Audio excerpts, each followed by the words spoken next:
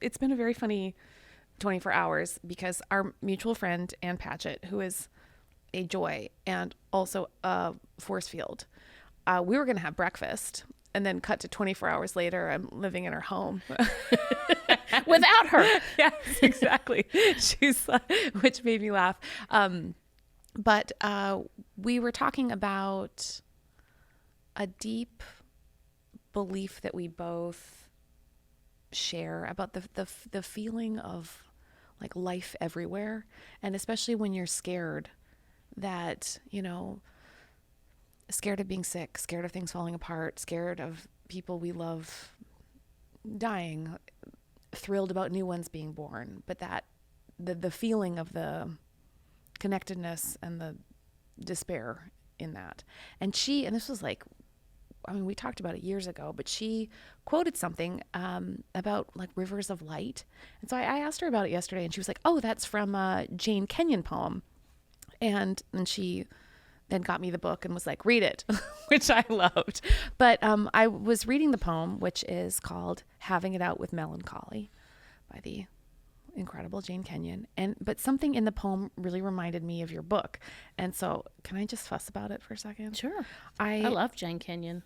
I am new to her. I'm not sure it's a great one for you to be reading, though. It's a huge bummer, and I love it. I know. The poem frames the experience of always knowing that despair is right there, and through the fog of fear and illness. And then she describes the feeling she had, which is the thing that Anne was describing. She writes, once in my early 30s, I saw that I was a speck of light in the great river of light that undulates through time. I was floating with the whole human family. We were all colors, those who are living now, those who have died, those who are not yet born.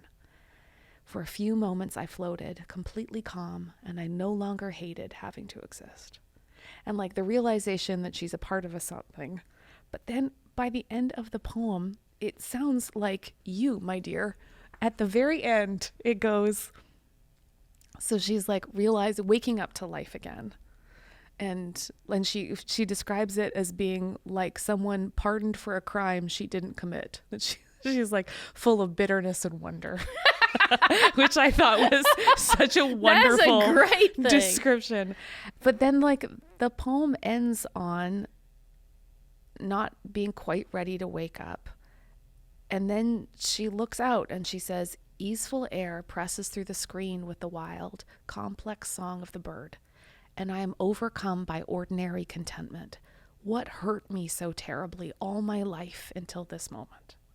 How I love the small, swiftly beating heart of the bird, singing in the great maples, its bright, unequivocal eye. And I thought, this is like the beauty besottedness that you're describing. Like, do you think there is in nature, in the ability to observe and be in like a love that cures us?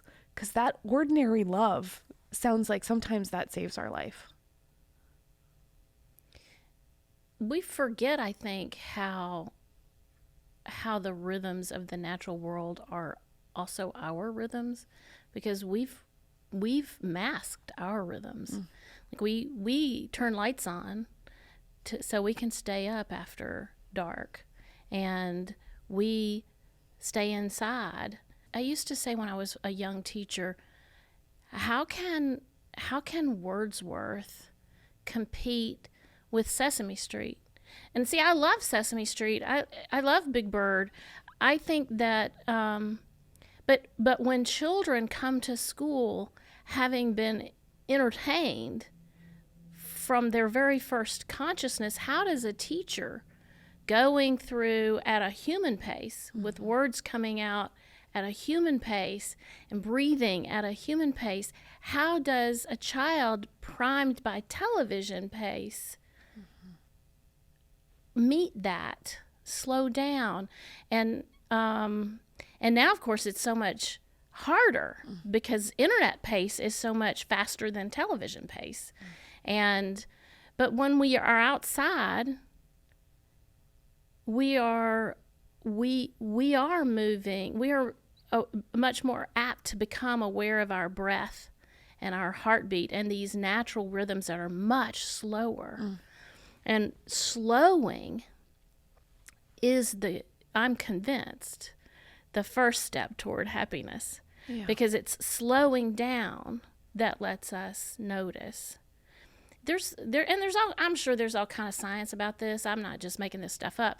It's there are microbes in the soil that stimulate serotonin production. So digging in the dirt has a similar effect as an antidepressant on the human brain, and so this is what I keep saying. It's not because you should do it. I don't want to be a scold.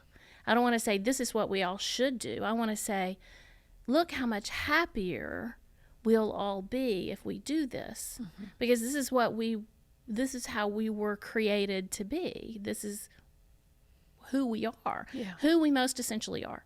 And once you slow down, once you're working at breath pace, heartbeat pace, striding pace, then you have that chance to notice.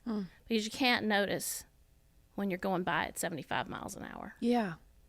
I was very struck by like choices Anne makes to be at a human pace with other people. And I have to admit, I've been thinking about your book and thinking about what it takes to be even more in love with life as it is when life feels a little bit more as it is. Well, some of the things you're going to notice are also very troublesome. Yeah. And it is fear, despair, concern. It's hard not to see yourself as part of that too, as the mortality is everywhere. Yeah. So it isn't, but I think even completely apart from the bigger picture of what's happening to the planet, there is a lot of sadness and a lot of pain that comes also from paying attention. But when you factor in also that, okay, if you started paying attention last year, then you might notice this year that there are fewer tiger swallowtail butterflies, fewer bluebirds, and that is its own pain. But I also think that when we allow ourselves to notice that, then we have taken the first step toward doing something about it. One of the things that I think people are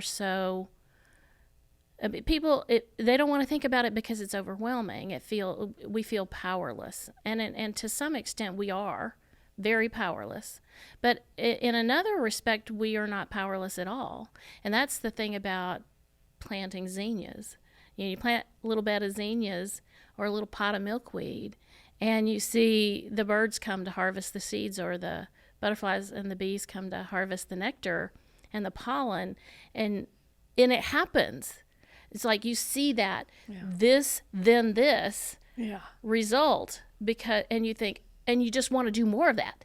Like, that was great. I'm making that pollinator bed bigger this year. Yeah. I'm figuring out what it is that the tiger swallowtail needs to lay its eggs on so the caterpillars have something to eat. And it's an activating. Mm-hmm. If you think about what's going on, you can let yourself fall into a state of despair that's very profound, unless someone gives you a tool for taking action. Yeah. Because that's our greatest shoring up against despair is to realize that we aren't powerless. Fine. I'll water my spider plant, Margaret. Well, I've had it since college. It's one of the only. I have a ficus tree I've had since college. I had such a nice time talking with you. You are a complete delight.